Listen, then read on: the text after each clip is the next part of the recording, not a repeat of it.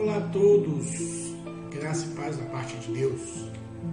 Estamos aqui para mais um programa Ouvir pela Palavra, para que possamos aqui comentar e estudar acerca desse tema, que é a importância do cuidado com a espiritualidade e as emoções. Se você está me ouvindo pela rádio, quero agradecer a tua audiência. Se você me assiste aqui no YouTube, eu quero agradecer você que me assiste. Quero pedir para você clicar aqui embaixo para se inscrever no nosso canal. E você que me ouve aí pela rádio, também pode pesquisar o nosso canal. Ouvir pela Palavra, tá bom? E aí você vai me seguir aqui no canal, vai clicar aqui no sininho para ser notificado cada novo vídeo que nós colocarmos aqui no canal Ouvir pela Palavra. Também nós estamos disponibilizando aí a possibilidade de você fazer um curso para treinamento de professores de Escola Bíblica Dominical do Brasil e fora do Brasil. Online, você pode fazer aí na sua casa, você pode fazer aí onde você está, né? Então, aqui na descrição desse vídeo no YouTube tem um link que você pode clicar, e nesse link está aí o link para você, está o caminho para você fazer esse curso, tá bom? Saber todas as informações, como você fazer esse treinamento, está aqui no link. Também nós temos aí um grupo de WhatsApp, e que se você quiser participar conosco, tá? Aqui no canal do YouTube, na descrição desse vídeo, também vai ter o link para você clicar, para você fazer parte desse grupo de WhatsApp, onde os professores de Escola Bíblica Dominical ali trocam ideias, superintendentes, enfim. Seja bem-vinda, tá bom? Então vamos lá, vamos então fazer aquilo que estamos propondo para esse nosso programa. Então estamos aí com essa lição, a lição de número 8, né? Aliás, a lição de número 6, né? E com essa abordagem acerca desse tema, cuidando da nossa espiritualidade, né? Também cuidando das nossas emoções. Gênesis capítulo 4, verso 6, diz assim que o Senhor disse a Caim: por que te iraste? E por que descaiu o teu semblante? Né? Então Deus pergunta: por que você irou? E por que caiu o seu semblante? Investir no relacionamento com Deus, conforme o que nos diz a palavra, né? Conforme a palavra de Deus nos traz a orientação, vai contribuir muito para o ajustamento das nossas emoções e da nossa espiritualidade. Ao terminarmos esse estudo, nós devemos ter explanado a ligação entre a área emocional e espiritual. Devemos ter analisado o desequilíbrio das emoções de Caim e devemos também ter tratado da importância de se ter um ajuste emocional. O texto que eu quero fazer uma leitura com vocês está em Gênesis capítulo 4, do verso 1 ao verso 6, que diz assim: e conheceu Adão a Eva, sua mulher, e ela concebeu, e teve a Caim, e disse: alcancei do Senhor um varão. E teve mais a seu irmão Abel, e Abel foi pastor de ovelhas, e Caim foi lavrador da terra.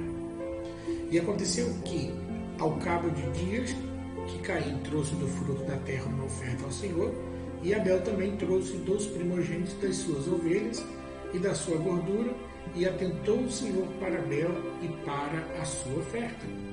Mas para Caim e para a sua oferta não atentou, e irou-se Caim fortemente, e descaiu-lhe o seu semblante. E o Senhor disse a Caim: por que te iraste? E por que descaiu o teu semblante? Observa que o semblante de Caim caiu, né? Ficou ali visível o que estava acontecendo por dentro. As conexões entre as emoções e a espiritualidade é a temática dessa nossa conversa de hoje. Nós vamos apontar Caim como um exemplo de uma conexão extremamente arriscada, prejudicial. A palavra de Deus e a ação do Espírito Santo vai contribuir para que nós possamos vivenciar de forma tão saudável estas duas dimensões. O exercício da nossa espiritualidade é bênção de Deus para a nossa vida.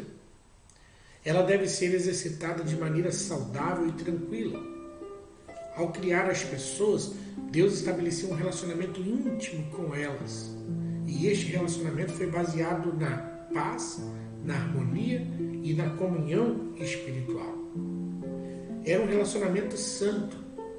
E com a entrada do pecado no relacionamento do ser humano com Deus, todas as dimensões do ser humano foram afligidas, como o espiritual e emocional, resultando num prejuízo enorme quanto ao relacionamento com Deus e quanto à saúde emocional.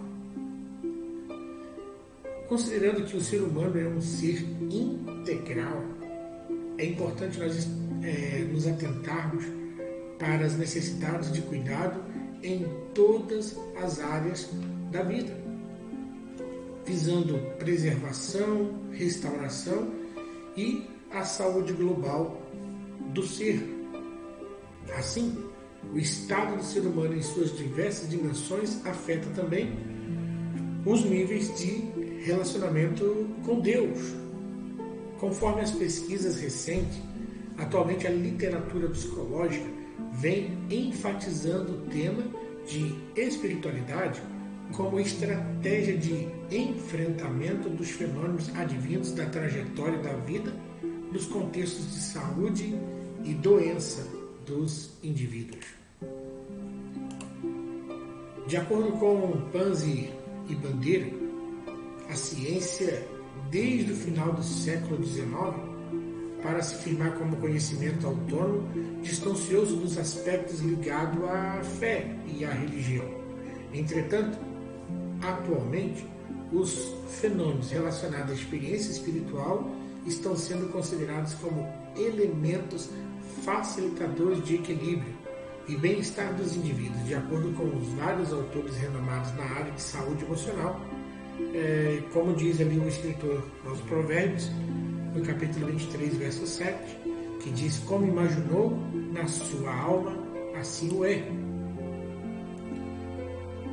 Na busca do desenvolvimento da totalidade do ser humano, é importante nós considerarmos todas as dimensões que constituem o ser. Durante muito tempo a igreja não deu tanta atenção aos aspectos psicológicos do ser humano, em sua análise de questões que envolvem as pessoas.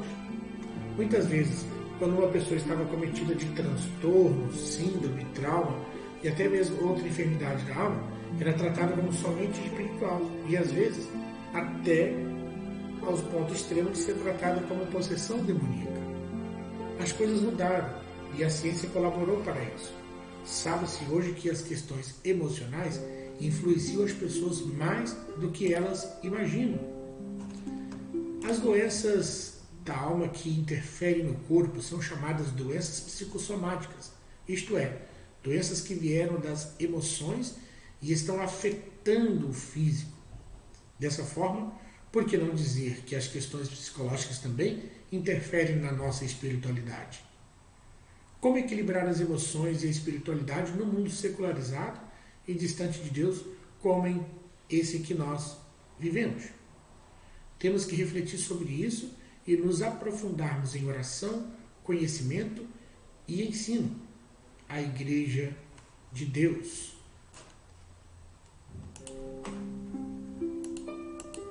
Os seres humanos foram criados à imagem de Deus. Somos semelhantes uns aos outros por sermos criaturas de Deus. Possuímos sentimentos e aspirações, corpo, alma e espírito.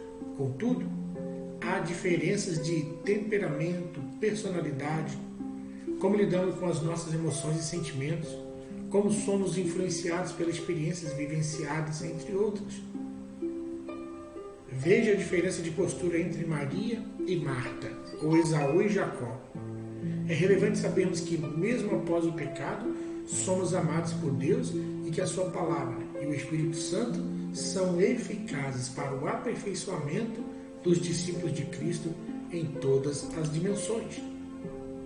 Vez por outra, a visão errônea sobre nós impede que vivamos bem conosco mesmo, vivamos bem com as pessoas e até mesmo diante de Deus e com a sua igreja.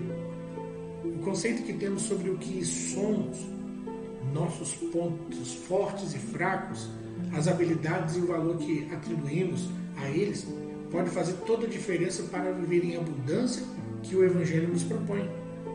Deus tem uma maneira especial de ver os seus filhos. Deus tem uma maneira especial de nos contemplar, de ver como somos. A relação entre o espiritual e o emocional, passamos a percebê-la a partir ali de Gênesis capítulo 4, verso 1 e 7, porque ele apresenta um personagem bíblico que demonstra claramente um desequilíbrio na sua espiritualidade e seu emocional. Caim, filho primogênito de Adão e Eva, que, infelizmente, apesar de ser o primeiro a apresentar uma oferta ao Senhor, demonstrou que não estava voltado para o Senhor com todo o seu ser. Caim era o filho mais velho de Adão e Eva. Ele foi gerado após a queda, onde Eva experimentou pela primeira vez as dores de parto. Este fato já representou uma carga emocional muito grande, que foi superada pela alegria e o prazer do seu nascimento. A primeira expressão bíblica sobre Caim foi: alcancei do Senhor um varão. E teve um irmão mais novo, Abel, cuja profissão era pastor de ovelhas. Caim, contudo, foi lavrador. O texto bíblico afirma que os irmãos, depois de um tempo, vieram à presença do Senhor com uma oferta. Abel trouxe primícia das suas ovelhas e Caim o fruto da terra. Então esse texto nos mostra que Deus, em sua soberania e conhecedor dos corações, agradou da oferta de Abel e não agradou da oferta de Caim. E aí foi a partir daí que algumas expressões de grande emoção surgem nesse contexto. Caim irou-se sobremaneira da escolha de Deus e descaiu-lhe o semblante e foi dominado pela inveja e pelo ódio. Caim demorou um tempo alimentando a sua ira. Por isso, Deus lhe perguntou: por que te iraste? Deus aconselha Caim a proceder corretamente para ser aceito por ele, e o alerta para o fato de estar próximo de uma espiritualidade desequilibrada, que a presença do pecado jaz à porta do coração. Revela-se assim verdadeiramente que o que havia no interior do coração de Caim era ciúme e ira. Deus não se deixa levar pela aparência. O historiador Flávio Joséfo, na história dos Hebreus, diz que Caim era muito mau, só buscava o seu proveito e seu próprio interesse. Então é preciso que, com o auxílio do Espírito Santo, o discípulo de Cristo esteja atento quanto ao motivo da ira e manter as suas emoções sob controle. O caso de Caim é bastante significativo e ilustrativo quando pensamos no culto que agrada a Deus e cumpre a sua vontade. Amor e oferta espiritual caminham lado a lado. A Bíblia afirma que Deus é o grande rei acima de todas as coisas. O seu nome é temido e reverenciado entre as nações da terra, de maneira que ele merece o melhor daqueles e daquelas que se aproximam dele para adorá-los.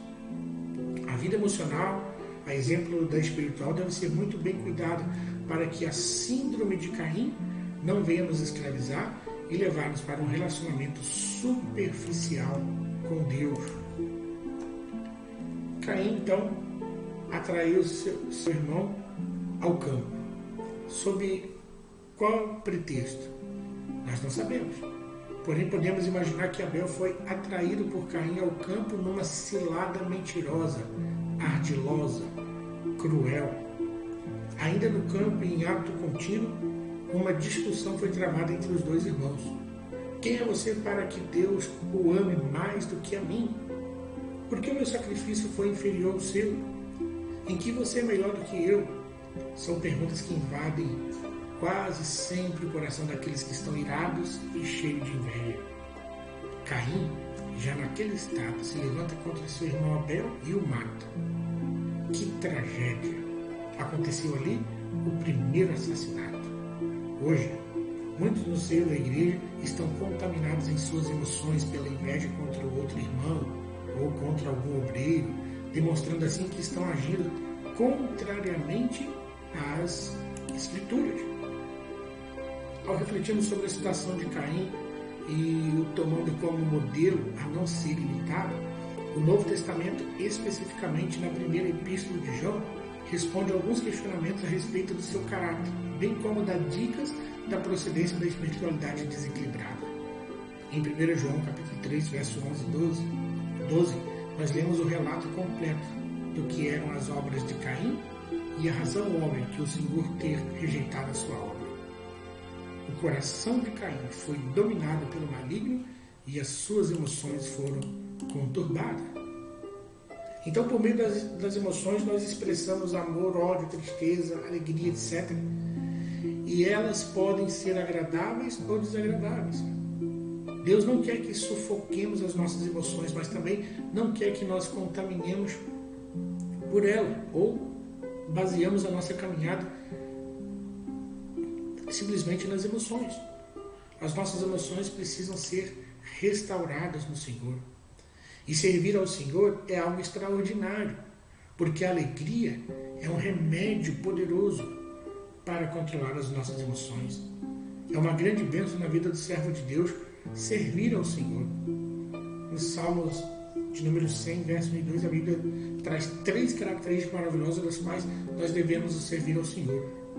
É relevante no exercício do ministério, isto é, qualquer serviço prestado a Deus, que todas as suas dimensões do ser humano estejam envolvidas. Josué capítulo 1, verso 6, 7, verso 9, também fala de obediência e esforço e ânimo. Então vejamos o que o Salmo de número 100 nos traz de dicas de como fazer isso.